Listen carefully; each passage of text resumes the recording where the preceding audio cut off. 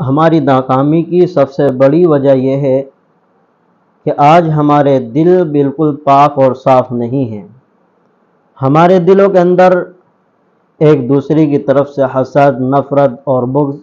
یہ تمام چیزیں ہمارے دلوں کے اندر پائی جاتی ہیں۔ یہی ہماری ناکامی کی سب سے بڑی دلیل اور سب سے بڑی وجہ ہے۔ حضرت خزیمہ بن ثابت رضی اللہ تعالیٰ عنہ فرماتے ہیں کہ اللہ کے رسول صلی اللہ علیہ وسلم نے فرمایا کہ اللہ تعالیٰ نے مجھ پر یہ وحی بھیجی ہے کہ اے رسولوں کے بھائی، اے ڈرانے والوں کے بھائی، اپنی قوم کو اس بات سے ڈراؤ کہ میرے گھر یعنی مساجد میں بالکل پاک اور صاف دلوں کے ساتھ، پکی سچی زبان کے ساتھ اور ظلم و ستم سے پاک اور صاف ستھرے ہاتھ کے ساتھ داخل ہو۔ جو شخص مسجد کے اندر کسی پر ظلم و ستم کر کے داخل ہوتا ہے تو اللہ تعالیٰ فرماتے ہیں کہ جب تک وہ نماز کی حالت میں ہوتا ہے تو مسلسل میری لعنت اس پر برستی رہتی ہے۔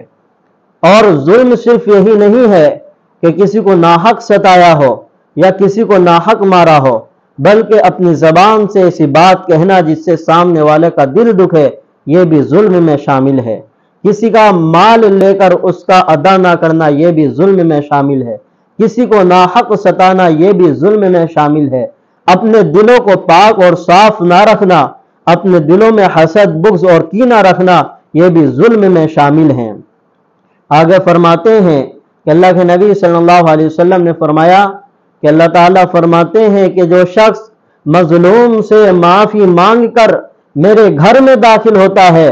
تو میں اس کو اپنا محبوب بندہ بنا لیتا ہوں، اور وہ میرے اصفیاء اور اتقیاء نیک بندوں میں شامل ہو جاتا ہے، اور کل قیامت کے دن وہ میرے انبیاء، شہداء اور صالحین اور صدیقین نیک بندوں میں شمار ہوگا۔ دیکھیے ظلم کرنا کتنا بڑا گناہ ہے